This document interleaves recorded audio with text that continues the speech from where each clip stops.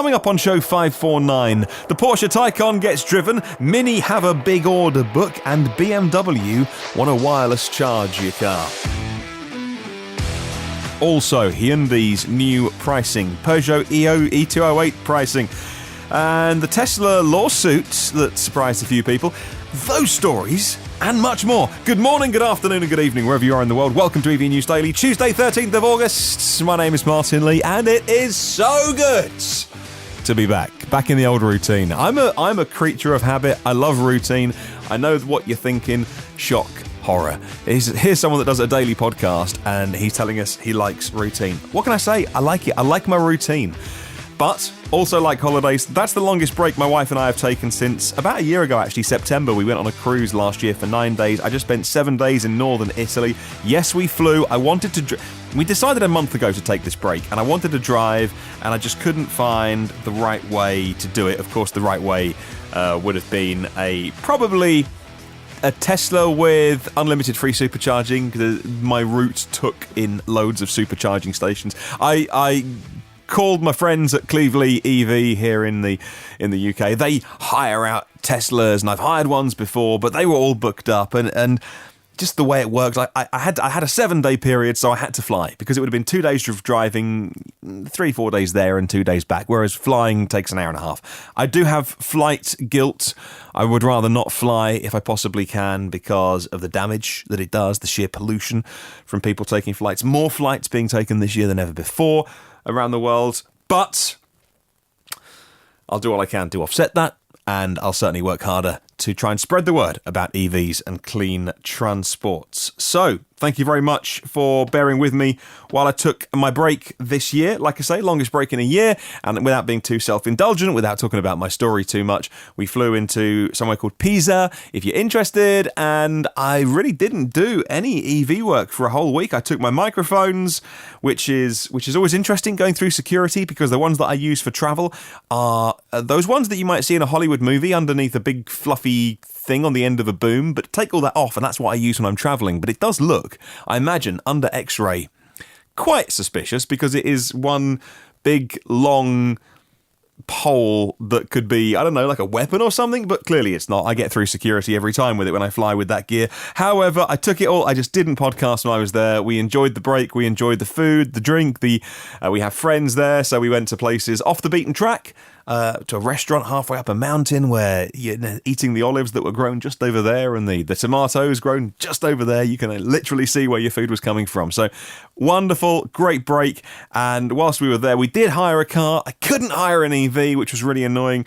I had what was the make of the car again? Oh, it was a Lancia Crapbox. Being back in a fossil car, it was not fun, trust me. I really missed driving an EV when I was over there. Just you put your foot down on the accelerator, you change down to second gear, you give it loads of revs, the engine screams, and then sometime later that day the car chooses to speed up a little bit. That instant power of electric cars, I really missed it. Right, enough about me. Thank you very much for bearing with my stories of being away. That was my summer holiday, my 7 days break, but I'm back now, and well rested, and looking forward to a really great end of 2019, second half of the year.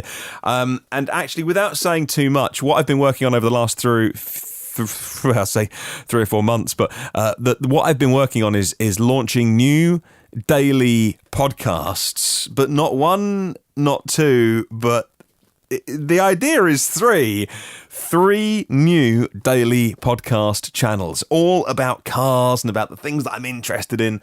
Those should be online by the end of August. What have I done? Let's get on with the news. Sorry, look at I've been away from you for so long. I just wanted to catch you up on all the things that have been on my mind. Thank you very much to myev.com for helping make this show. One of the things that is so exciting about the EV market, we love the new cars and all that kind of stuff, but far more people buy used cars than new ones, and myev is the place in the USA, a totally free marketplace where you can buy and sell and learn about EVs along the way. And it's going to be, myev.com is going to be at the heart of this EV transition as we pass cars on to second, third, fourth owners and all those kind of things. So I was going to do, I thought about when I come back from my week off, I was going to do like a, top 50 things that happened. But look, I might have been away, but the world kept on turning. So that would be somewhat arrogant for me to think just because I'm not here delivering the news, it didn't actually happen. So I'm sure you don't need to be caught up on all the news. But I do want to touch on the biggest story, I think, in the last 7 days, and that surely has to be the fully charged channel driving the Porsche Taycan, or the Taycan, depending on which different YouTube channel you watch. I've heard Porsche themselves call it Taycan and Taycan. But anyway, Clean Technica say that fully charged Jonny Smith was given the unique opportunity to test the Porsche Taycan performance consistency and was able to confirm its ability to handle repeated acceleration runs without running into thermal limits. The Taycan looks to be similar to the Model 3 performance in that respect, but it'll be twice the price of the Tesla. The Taycan is competing in a totally different segment to the Model 3, though, and will certainly appeal to Porsche enthusiasts and well-heeled consumers looking to make the switch to EV. Meanwhile, Simon at Teslarati had this to say about the video. Porsche's confirmed the formal debut of its all-electric car, the Taycan, September 4th. Eastern 9 a.m, but also launched in Canada, Germany and China at the same time. With the Taycan launch, Porsche is breaching a premium EV market that's so far been dominated by Tesla and increasingly populated by Jaguar, Audi, Mercedes-Benz. Notable is that the Taycan, unlike Tesla's offerings, features a 2-speed gearbox on the rear axle, and it marks one of the first times that a production EV is going to be equipped with a 2-speed gearbox, and it should provide a sizable benefit in both performance and efficiency.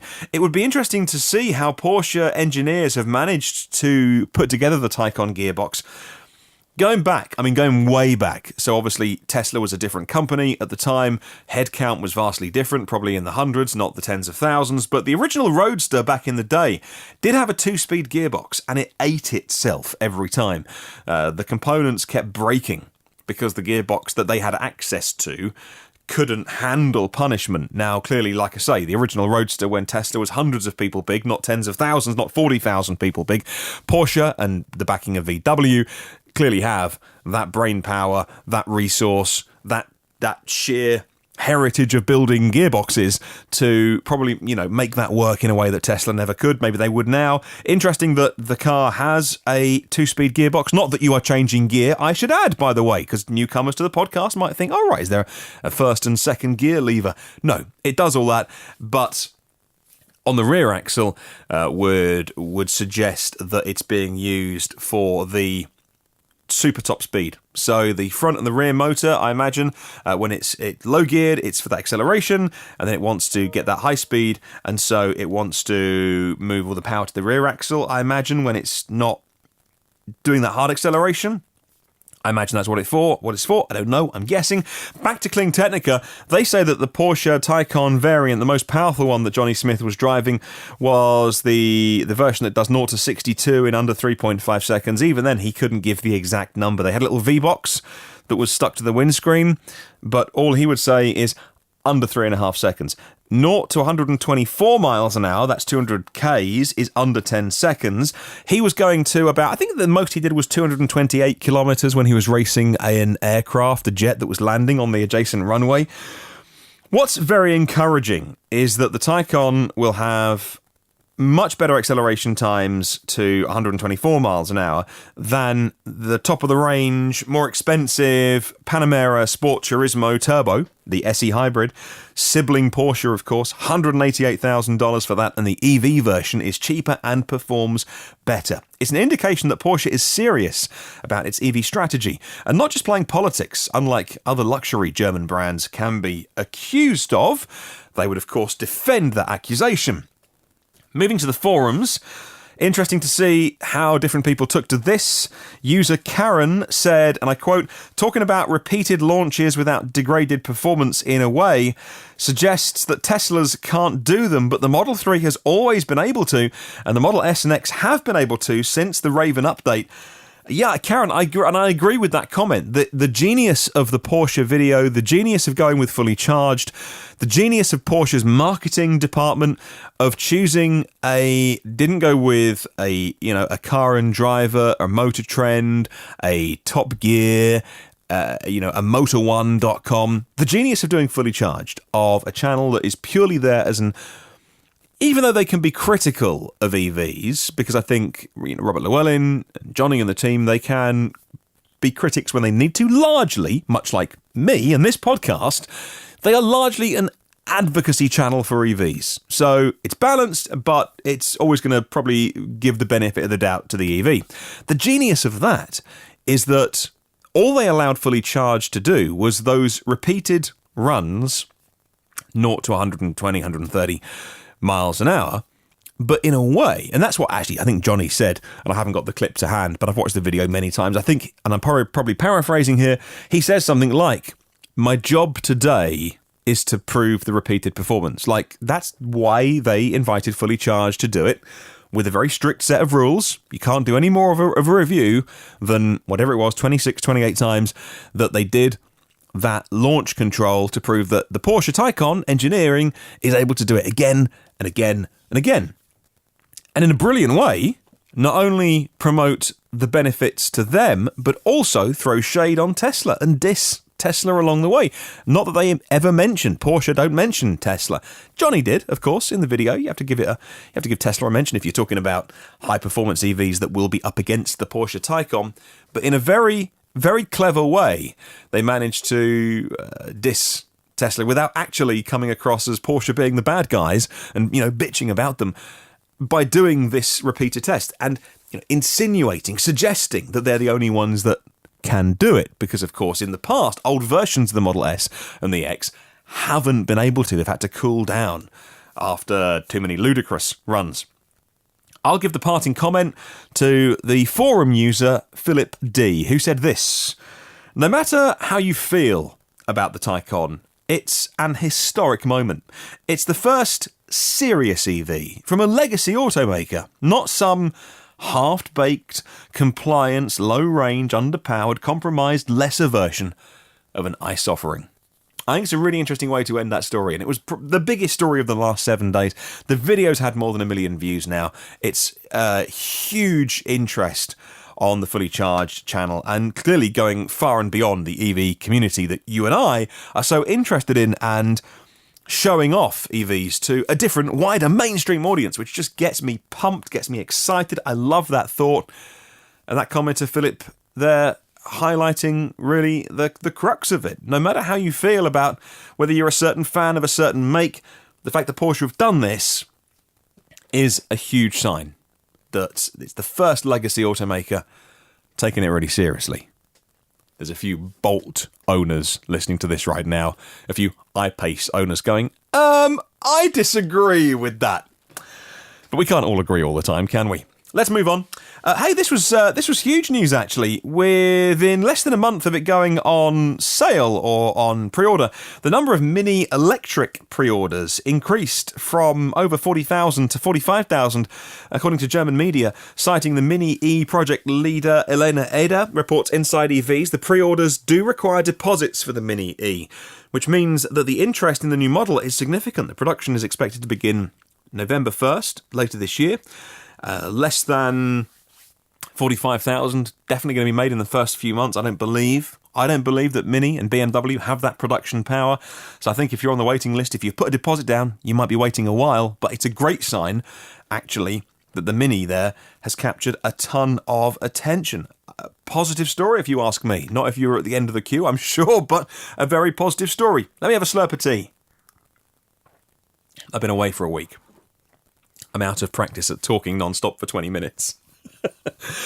Let's move on to Hyundai. They have announced pricing details for the updated Ioniq range and the new Kona hybrid. The longer range Ioniq Electric starts at about just under £30,000 in the UK, including the plug-in car grant. Says Green Car Reports. The price gets customers the new Ioniq with electric range of 184 miles, 38.3 kilowatt-hour battery, that's up from 28 kilowatt-hours, a more powerful motor with 100 kilowatts of power available, up from 88. The new 10.25-inch infotainment system features new connectivity features, a new smart regen system for the Ioniq, a car that actually my friend Will at DSG in Morecambe in this country, where they sell more Renault Zoes than anybody else. They also sell Hyundais, so they sell Renaults but also Hyundais.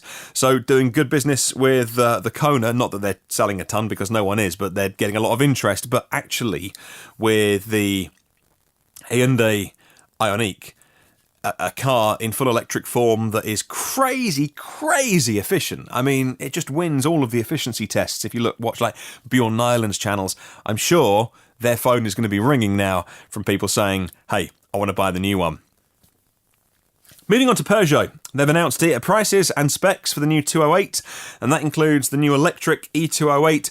The electric Super Mini is going to cost £25,000, including the UK's plug-in car grant, the free money that you get off the car, according to Patrick at Next Green Car.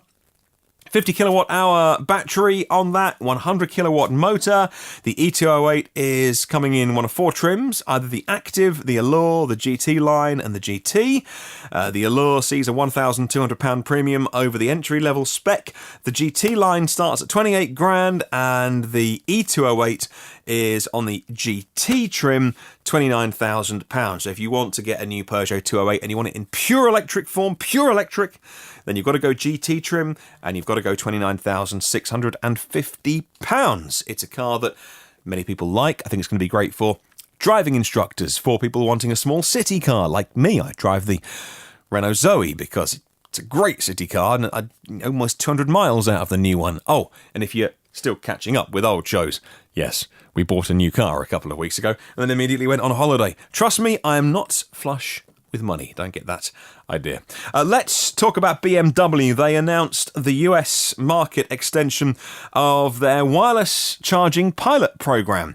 It began in Germany last year. Now it's in the US. In California, for 200 people, if they want to register for this, they've got to be residential home customers with a garage.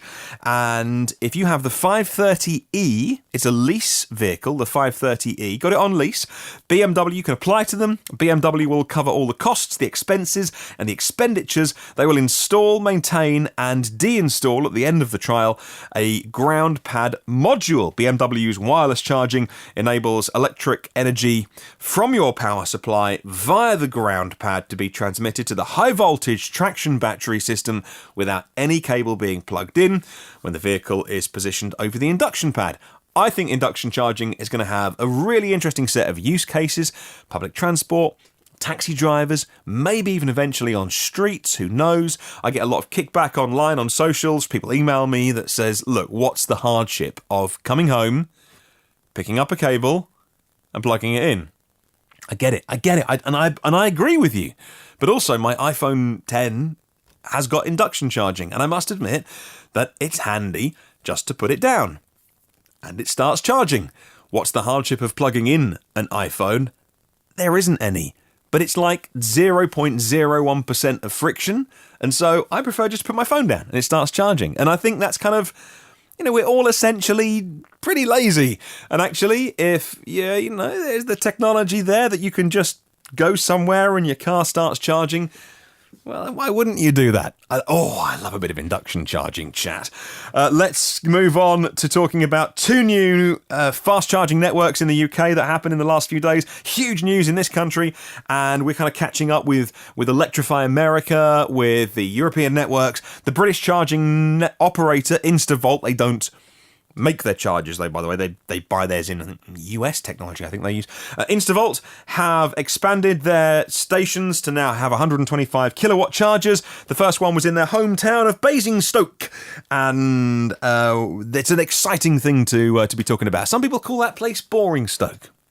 Sorry, my wife was born in Basingstoke. I'm allowed to semi-insult it. But it's not when you've got things like this happening there. 125 kilowatt chargers being installed. It says Electrive, like the similarly installed stations from Ionity around the country. And then today, I see a tweet from BP Chargemaster. Yes, Chargemaster, who owned the Polar Plus, or the Polar Network, really, bought by BP for what really was, at the time, an utter bargain. Not that they ever said how much they purchased the company for, but an utter bargain I think they got, because they purchased the country's biggest charging network put the BP brand onto it, made it part of the company, and could actually really get their head around how do we be, from an oil company where you put petrol in your car at the petrol station with BP logos to, well, how do we be the company that fills up your EVs in 5 or 10 years' time? And so they've made some significant investments. Yeah, they've done some price changes as well. It hasn't gone down well on socials, but when do price changes, when they go up, ever go down well? But they also today unveiled their first 125 operational, because they've unveiled it before, operational 125 kilowatt chargers too, which are more expensive to use, by the way, which will be interesting to see if anybody does use them, because actually most people, at the minute, most people are charging at 50. If you've got one of the South Korean cars that can charge at 70-something, if you've got maybe the MG, that's going to charge at 70... I've forgotten. I've only been away for a week. Well, I was going to call it the ZSEV. I think that is. They've given it two names. But that's going to charge at 70-something. Of course, the Model 3. Yes, CCS connector. Yes. You'll be getting 100 and something kilowatts, more than 500 miles an hour, surely, when you charge a Model 3. So, huge news for more charging infrastructure. Hey, I missed this as well over the last week. What you can get with an over-the-air update can also be taken away. That's the root of a new lawsuit against Tesla from a Californian man who says that the recent software updates to older Model S's, he has a 2014 S, and that cut 40 miles of range off his car, about 8 kilowatt hours of battery capacity, according to Green Car Reports. The lawsuit alleges Tesla pushed the software update in lieu of issuing an expensive recall for the batteries. So rather than admit there's a problem and replace the batteries, they updated with an over-the-air update, according to this lawsuit that's been filed to say that under the guise of safety, and they put that in inverted commas, safety, and increasing the longevity of the batteries, Tesla fraudulently manipulated its software with the intent to avoid its duties and legal obligations to customers to fix, repair, or replace the batteries of class vehicles, which Tesla knew were defective. That's the claim. I've not seen Tesla's response to this. Of course, it's a legal case. They may be choosing their words very carefully. I have no doubt they will deny it. All there is the statement they released at the time when the over-the-air update came out. And finally, let's talk Jaguar. And I saw this one today as I was catching up, back in the country yesterday, and I was looking through the news today. It's one of the first things that cropped up in my Twitter feed. Jaguar is putting effort into pushing its own all-electric car, the I-Pace, but the marketing efforts are curious. If you thought the marketing efforts of the Audi e-tron were weird by turning up at Tesla supercharging stations and blocking them, I'm not joking, there are pictures online of the e-tron parked in a supercharging bay. Some might say that my choice of words, blocking, is a little inflammatory, and that maybe they were just, I don't know. But why would you park an e-tron if you're, it was with a big banner anyway? Now, the I-Pace team are getting in on the action as well. They are highlighting with their new advert savings of $15,000, and they split it out as this: $5,000 dealer discount, $7,000 allowance credit, and $3,000 Tesla Conquest credit. What is a Tesla Conquest? Well, if you're a Tesla owner already, or you have a Tesla in your household, so maybe your partner has one, or anyone in your household, all you have to do is prove that with the VIN number, proof of purchase, you get another £3,000 off a Jaguar I-Pace. They're saying to Tesla owners, if you're a Tesla owner, also be an I-Pace owner. And this, without getting ranty, I don't want to come back and have a little rant. This is the crux, for me, between legacy automakers' engineering departments, which are largely making great EVs, like the designers of the EVs. Like the I-Pace is gorgeous. The EQC Mercedes is gorgeous. Audi e-tron's a lovely car. The technology, give or take. Okay, people might say the e-tron isn't efficient enough, that blah, blah, blah, blah, blah. Behind Tesla, there's arguments that go on online. Engineering-wise, I think, as the first crack, they've made great cars. I think the marketing departments, or the people whose job it is to communicate the benefits to a certain customer, are doing a really stinky, lousy job, because they're trying to sell cars which are worse than Teslas to Tesla owners. And those cars are better in many ways. They feel more conventional. When you sit in one, if you went in to buy an F-Pace at a Jaguar dealer, well, you were thinking of buying the F-Pace, and then you were like, but I've heard about electric cars, tell me about them. And you sit in the I-Pace, it's a very Jaguar experience, right? So, yeah, the range might be, 0 to 60 might not be a Tesla. But that's where you sell those cars to ICE owners. People who were going to buy a gas car, but actually didn't buy the Mercedes SUV. They bought the EQC, didn't buy that Audi, they bought the electric Audi. I don't think targeting Tesla owners is a remotely smart thing to do. Firstly, it doesn't raise the tide. I want more people to be buying EVs rather than infighting of having a little bit of a very small piece of the pie. Let's make the piece of the pie bigger until the whole pie is EV. It really frustrates me. It really frustrates me because if those marketing people have driven their own cars and then driven what they're trying to sell you against, in other words, because in some of the Jaguar marketing material, they mention the Model 3 like up to 3 times. Go and drive one and then decide if you want to advertise your car by talking about Tesla, because the things that they aren't doing well, Tesla are doing exceptionally well. And then the things that Tesla don't do well, or is just not your cup of tea, like you might want a volume knob. Like personally, I like to be able to reach down, change the volume of what I'm listening to without taking my eyes off the road. There is a place, and again, I get Tesla people email me and tell me I'm wrong. There is a place for haptic feedback. There is a place for tactile feedback. There is a place for knobs and buttons. Just not too many of them. Anyway, it's good to be back. Let's get on to our question of the week, set by myev.com. We'll read out your answers on Sunday. How should car makers advertise EVs? Go on, tell me, what do you think? How should car makers advertise EVs? Let me know. You can email hello@evnewsdaily.com. Thank you to 236 patrons of the show. I got 2 new patrons while I was on holiday. I'll mention you tomorrow on the show. And if you want to see a full list of all my partners and supporters on the show notes at evnewsdaily.com. Thank you to Phil Roberts of Electric Future and Brad Crosby and the gang at Avid Technology at Premium Partners for supporting this show and everybody else. There are 548 previous shows online. The blog is evnewsdaily.com. The show goes on YouTube and every podcast channel. And you can get all the new ones by hitting subscribe on your weapon of choice, your podcast channel of choice. Come and say hi by searching EV News Daily. In the meantime, have a wonderful day. I'll catch you tomorrow. And remember, I've missed saying this, there is no such thing as a self-charging hybrid.